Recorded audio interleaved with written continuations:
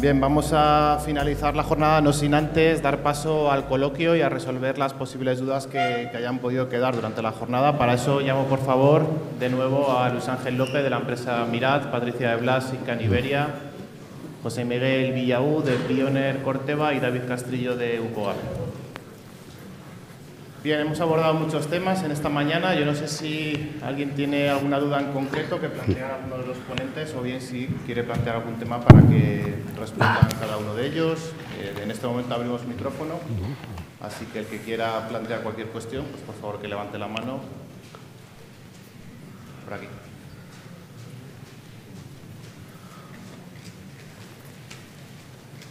Hola, mi pregunta es para Iván. Sí. ¿Se sabe del stock que queda de maíz en Ucrania? El USDA sí que da un dato, pero es que es muy difícil de estimar. Ten en cuenta que estamos en un sitio en el que están en guerra.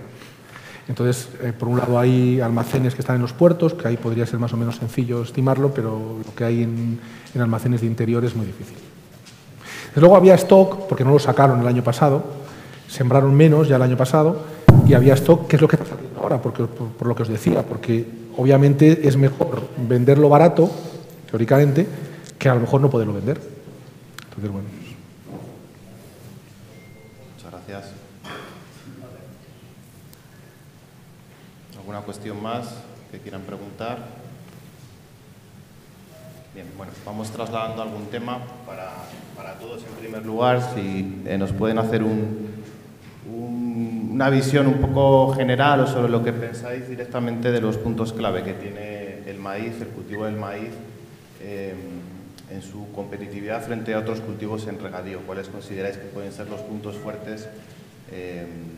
Digamos, como comentaba Iván en su presentación, esa batalla por los acres, bueno, la batalla por las hectáreas que puede haber en España, en otros países de Europa. No sé qué, a nivel técnico, por vuestra experiencia, ¿qué puntos fuertes consideráis que tiene el maíz en esa rotación de cultivos en regadío? No sé si, José Miguel, quieres empezar tú, por favor. Bueno, pues lo primero es un cultivo totalmente adaptado, que el agricultor conoce perfectamente, dispone de una maquinaria de alta calidad para desarrollar el cultivo, y bueno, todos los condicionantes hacen que se batan todos los años los récords de producción, en concreto en la península ibérica, más en concreto en la zona que nos ocupa de León. Entonces es un cultivo que ahora mismo es rentable por los precios que está comunicado Iván, que parece que van a tener un precio final alto o al alza en comparación con los últimos 10 años, donde venían arrastrando unos precios medios bajos, y que al final entra en la rotación perfectamente, no en la rotación, sino en la mentalidad y en la forma de cultivar del agricultor. No es un esfuerzo, sino es un cultivo cómodo, entre comillas, y es muy fácil de llevar por el agricultor, que lo conoce perfectamente. No sé, Patricia. No, yo pienso exactamente lo mismo. Tenemos el terreno, tenemos los agricultores, la maquinaria.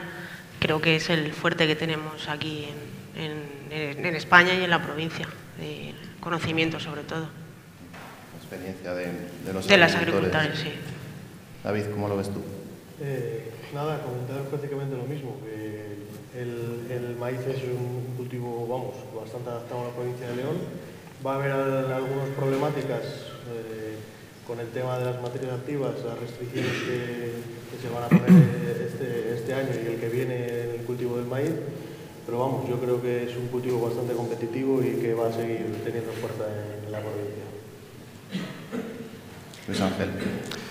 Pues yo quiero verlo de forma positiva, es decir, en la medida que nosotros vayamos optimizando los medios de producción, todos, no solamente los fertilizantes, sino el agua, sino la maquinaria, etcétera, etcétera, evidentemente seremos más competitivos, tendremos mayores rendimientos y, en consecuencia, seremos, digamos, más atractivos desde el punto de vista ambiental. Con lo cual, si somos, digamos, tendemos hacia un cultivo eficiente, probablemente el chance que tendremos será mayor de producir más hectáreas. ¿Por qué? Porque el uso eficiente del agua, para empezar, será mayor. Recordemos lo que ocurría pues, en los riegos a manta hace 20 años o 30 años, no lo sé, los módulos de agua que se utilizaban. Por lo tanto, no solamente el agua, sino el mejor uso de los fertilizantes y otros medios de producción, semillas mejoradas, etcétera, que se ha hablado. Yo creo que hay hace de sí un cultivo atractivo, puesto que finalmente somos un país que exportador finalmente de carne, de cerdo, de gallinas, etcétera, de pollo, etcétera. Por lo tanto, ahí está. Yo quiero verlo en positivo. Perfecto. ¿Hay alguna cuestión en la sala? ¿Alguien quiere trasladar algo? Veo que ha quedado todo bastante claro. Bien, yo quería, al hilo de lo que has comentado ahora, Luis Ángel, preguntaros, ante este nuevo contexto que parece que se está dibujando y que ya es una realidad de reducción generalizada de insumos, yo no sé qué acomodo tiene por ahí el maíz en el abanico de cultivos que comentábamos en regadío, por ejemplo, en cuanto a la eficiencia, ¿no? En el uso de insumos, incluido el riego, no sé cómo lo veis. En cuanto a la eficiencia en el uso, al tener que reducir, bueno, pues... Sí, vamos a ver. Está claro que, viendo los consumos que hay en ciertas zonas de España, no cito aquí, por ejemplo, el nitrógeno, el fósforo y potasio, está claro que se puede mejorar. Y me refiero a datos de trabajos que ha hecho, por ejemplo, institutos que trabajan sobre maíz, el INTIA de Navarra, por ejemplo, de Pamplona, pues se pueden optimizar.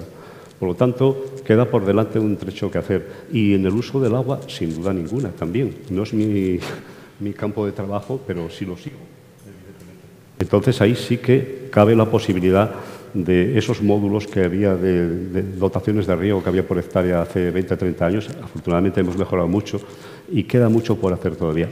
Y luego, también, el primer ponente lo dijo, si podemos establecer una sinergia de cultivo sobre otro, por ejemplo, el primer ponente, no recuerdo su nombre, que representaba a los cultivadores de Huesca, a los maiceros de Huesca, ¿no? Pues se hace el cereal, cebada, después el maíz. Bueno, si conseguimos variedades, zonas, medios, agua, sobre todo que es factor limitante, posiblemente sea atractivo, porque al final, en España somos deficitarios en granos, entonces, bienvenido. Yo así lo veo. Y aquí, en mi opinión, la asociación que tenemos entre empresa y la parte principal, que es el agricultor. El agricultor, para bien o para mal, es, digamos, que tiene un trabajo en el que le cambian las reglas continuamente, año tras año. Este año se puede regar, este año con menos dotación, al año siguiente no puede echar fertilizante, al año siguiente no puede sembrar los márgenes, al año siguiente cambio el herbicida. O sea que de momento, el actor principal está acostumbrado a cambios continuos y siempre es capaz de sacar lo mejor de sí para seguir produciendo y siendo competitivo.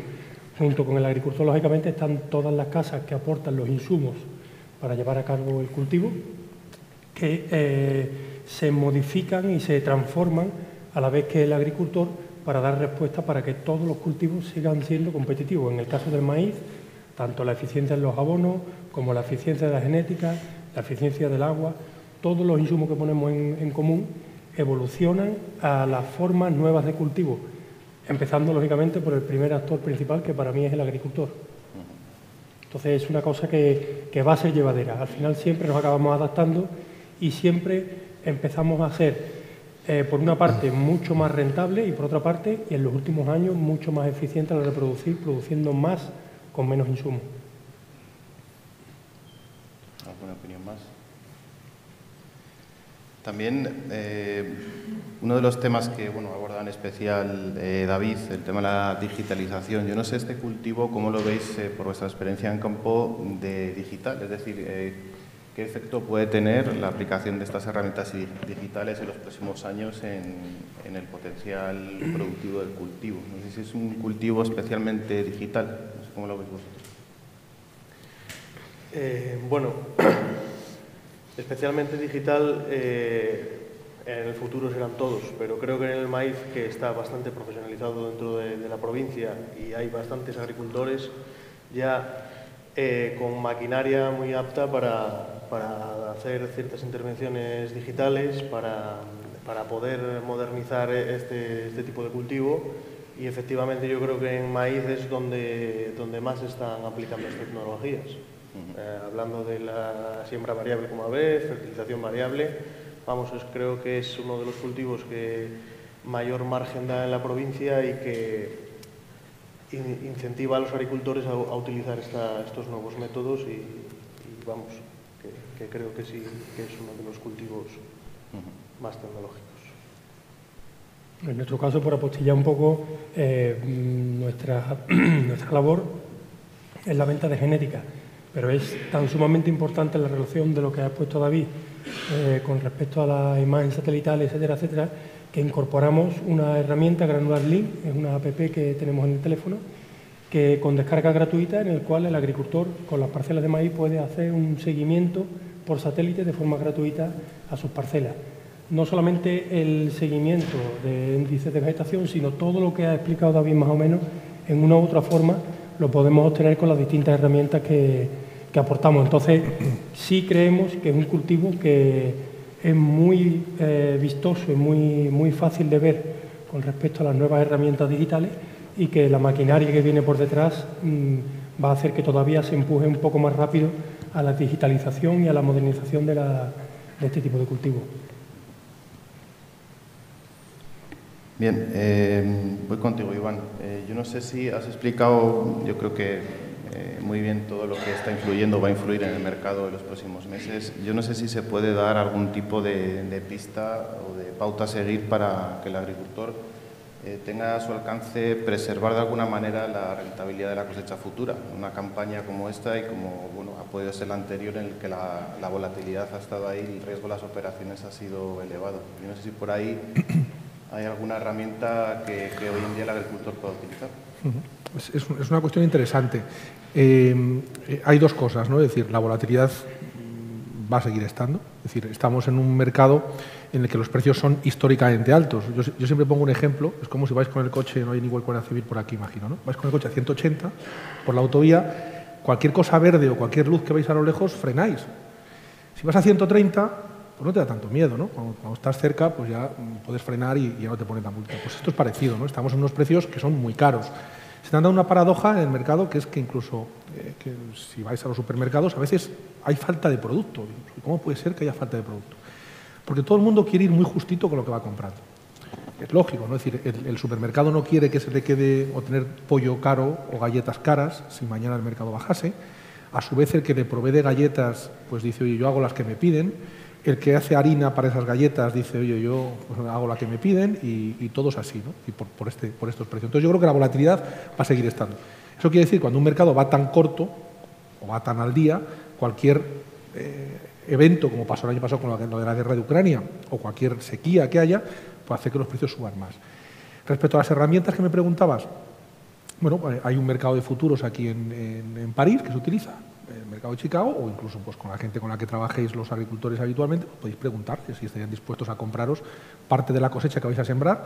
Más o menos un agricultor, una vez que tenga claro las hectáreas que va a sembrar, más o menos los rendimientos, salvo que haya cualquier problema con el agua, que a priori no parece, más o menos los rendimientos son bastante estables, con lo cual alguien puede decir, oye, mira, pues yo puedo vender un 20 o un 30% de mi cosecha antes de sembrarla o en el momento de la siembra, otra parte a lo mejor en el verano y otra parte pues después, ¿no? Cuando alguien me pregunta, yo siempre digo lo mismo, es decir, repartir las ventas pues, en 2 o 3 veces para coger pues, varios precios, ¿no? Ni el mejor ni el peor, sino pues, unos precios razonables. Perfecto. Muy bien, pues si no hay ninguna cuestión más, damos por finalizada la mesa redonda, el coloquio. Muchísimas gracias a los 5, Iván, José Miguel, Patricia, David y Luis Ángel. Y a todos ustedes por la asistencia y el seguimiento, también a todos aquellos que nos han seguido vía streaming en directo. Y, por supuesto, agradecer a los patrocinadores, a Corteva Agriscience Pioneer, Sican Iberia, Rocalva y Agribrac Puerto de Bayona y a todo el equipo de Interempresas Media y de la revista Tierras que ha hecho posible un año más esta jornada. Gracias a todos, nos vemos en la próxima y buena campaña.